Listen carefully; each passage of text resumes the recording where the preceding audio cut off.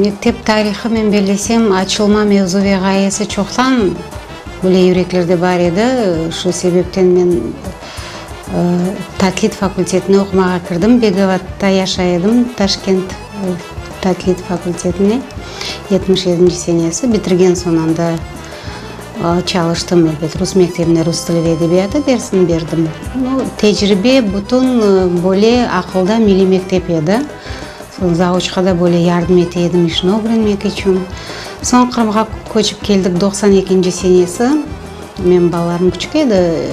Екінші оғын 2,5 yaşında еді. 93 сенесі мен мектеплерге бардым.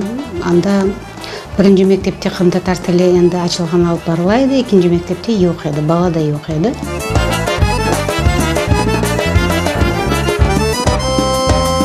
Elbet öz işimni yaptım, lakin mutixassızlarının bile bazı данный toplap başladım men.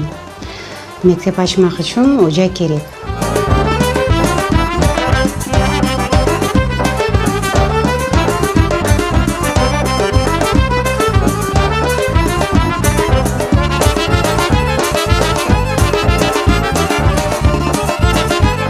Bütün sudağını yurduk.